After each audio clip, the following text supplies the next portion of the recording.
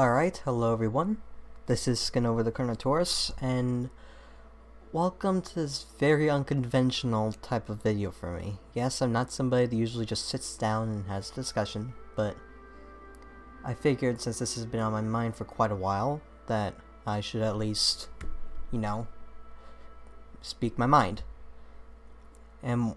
And yeah, I'm not talking about this on a script or anything, because frankly, that's not my style. If you're wondering why Mistaken Truth is taking friggin' forever, it's because I don't work off of a script a lot. If I do, then I personally think it makes me get across my message a lot worse. This is just gonna be a chill conversation.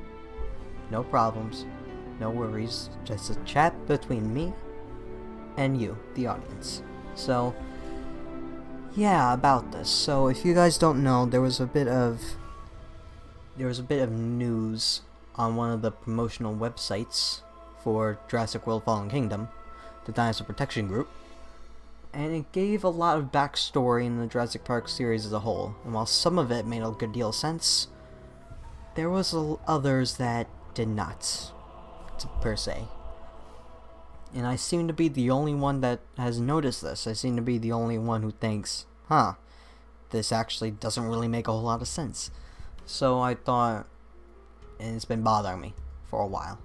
So, figured I might as well say why I think it's pretty dumb right now. So for anyone who doesn't know exactly what I'm talking about with this, essentially, back after the first two films, the first Jurassic Park and then The Lost World, after the T-Rex rampage through San Diego, there was an increase in the politic activity around the islands, essentially in order to prevent such an awful, life-changing event to ever happen again. And essentially that resulted in a whole bunch of things, such as the Gene Guard Act, which you can go to a whole bunch of other videos to figure out what that is, but it's not that important as to what I'm talking about here.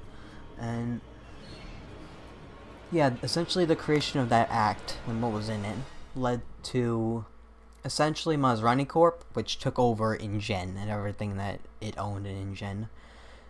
They essentially started doing some pretty underground illegal activity, in which they started to clone animals on Isla Sorna, in secret, mind you, completely secret. Only a few select people knew about it.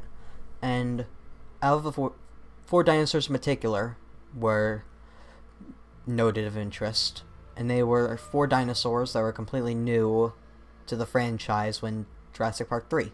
They were Corythosaurus, Spinosaurus, Ankylosaurus, and Ceratosaurus. Apparently, all 3 of them were cloned and experimented on Isla Sorna for a stretch of time before the rest of Sorna's wildlife and the nublar creatures were either killed or rounded up to make up for attractions in the park. Now, why do I think that this is such a big issue? Well, because I seem to be also the only one who has noticed this, and I think some people might have chalked it up to just a change in trilogy, but there's not really a change in trilogy with the Jurassic Park franchise in general. It seems to put a massive emphasis on what has happened in the past. Please tell me I'm not the only one who noticed this. There's a very clear distinction between the dinosaurs created in the Jurassic Park arc, essentially. I call it the Hammond era, personally. And the dinosaurs that were created during the Maserati era, or the Jurassic World and such. There's a very clear difference in the animals. You can clearly see with the Stegosaurus and the Triceratops, the 2 different ones, there are various anatomical differences that can be pointed out, as well as the Brachiosaurus and other dinosaurs such as that, Parasaurolophus as well. And where this comes in, most importantly, is with the Ankylosaurus, because there's even a picture online, which I'm going to put up on the screen right now, that shows up exactly my point. You look at the 2, and there's absolutely no way that these guys are exactly the same. They are not. The Maserati version is much bulkier, it's much more stout, while the other one's a bit more low to the ground, and basically a lot more black in coloration. The spikes are a bit more flat as well. So essentially, how could the ones seen in Jurassic Park 3 be the same as the ones seen in Jurassic World? They were clearly very two different creatures. They may both be Ankylosaurus, but they are both different alliterations of Ankylosaurus, created by two different stretches of, well, company. They're created on different ethics, and they're created in different ways. The only exceptions to this rule are two species in particular, and these are ones that actually have a good explanation as to what they are, well, as to why they are the same. The first being Tyrannosaurus, and this is simply because there's only one individual alive as far as we know, except for Sorna, but that's something I'll get onto a bit later.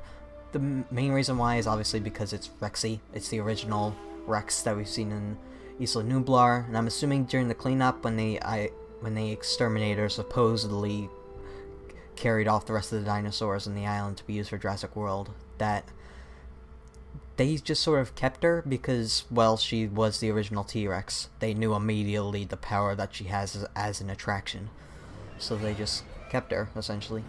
And the second one, and this may come as a surprise to a lot of people, and it is the Compsognathus. If you notice in the Fallen Kingdom trailer, the Compsognathus in that are pretty much identical to the ones seen in Lost World in terms of anatomy and everything. I haven't seen a dinosaur besides Rexy come that close anatomy-wise to the versions that were in the original Jurassic Parks.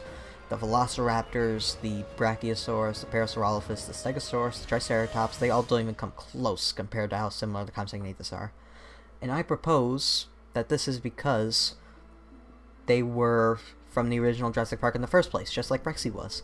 And the reason why this makes sense, and the reason because they just randomly showed up, despite the fact that there was no trace of them in the original Jurassic World, is because of something that was also found on the Dinosaur Protection Group website, surprisingly enough. And it is the fact that it touches on the fact that Compsognathus seem to be excellent as stowaways. Some of them have gotten onto the ships that originally were moving animals between Nublar and Sorna, and ended up making their way across the ocean and making their way onto Nublar, unregulated. And as a result, they pretty much went in hiding until humanity sort of left, and that explains why they were also in Jurassic Park the game even.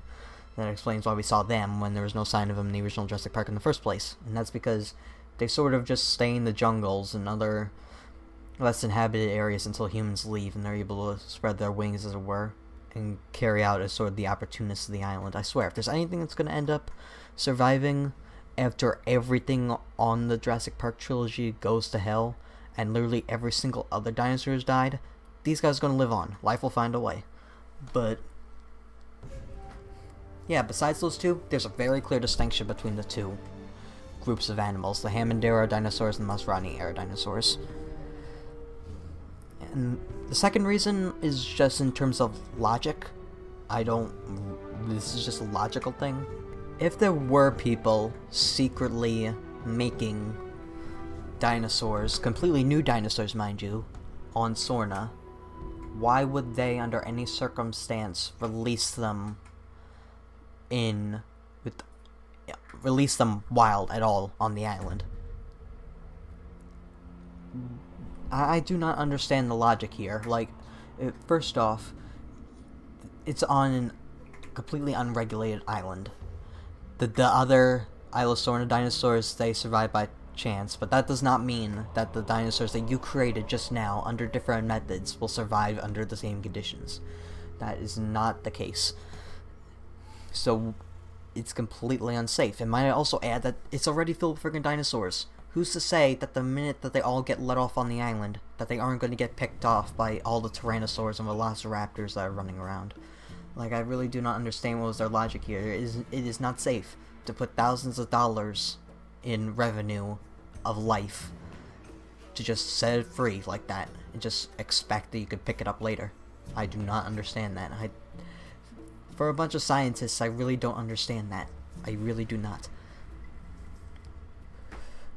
But yeah, moving on to something I also don't think makes sense.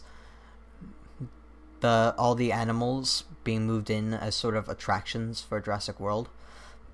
I feel like if that was actually the case, we'd see some trace of them being attractions in the film somewhere, and even more so, they would look the same as they did all the way back when in the original Jurassic Park. They wouldn't look completely different.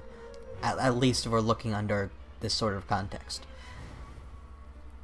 And this also brings in the final point that I want to make, and that is the Val Ability of these websites as a whole.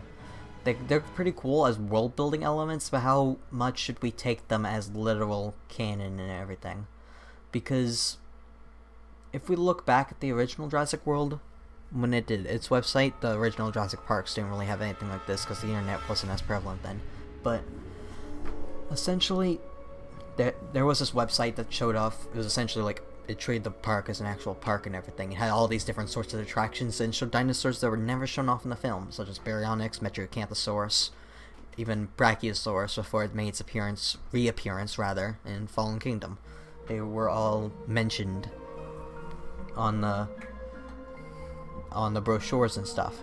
Now my problem with that is, this seems to have been created with absolutely no regard to what they were actually doing or planning on doing for the movies, or at least the movies do not seem to care enough about what the websites are putting on. Because first of all, Baryonyx, there was clearly a big design change in between the two different versions that we see here, the website version and the actual movie version. There's a very clear difference.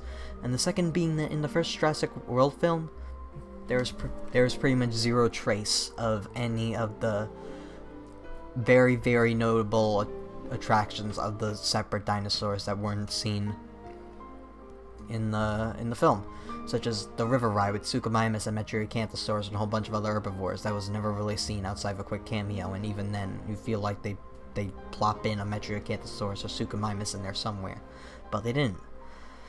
So yeah, forgive me, I just wanted to get this off my chest. I could easily be completely wrong. You can send this to like Best in Slot or my man Clayton. I love that guy. Absolutely love his stuff. He was one of the reasons why I made this video, to be honest, because it seems that I'm the only one who seems to like kind of see it in this light. Like, I do not see how this makes any sense. So maybe they can shed some light on this. I don't know. I don't know. I don't know. I don't work with these kinds of things. These are not my style of videos. But yeah, you can probably send the video their way. See what they think. Thank you for watching, everyone. I don't exactly have a plain outro because I really take a long time in between regular videos. So yeah, I hope you all enjoyed, and I'll see you next time. Goodbye, everyone.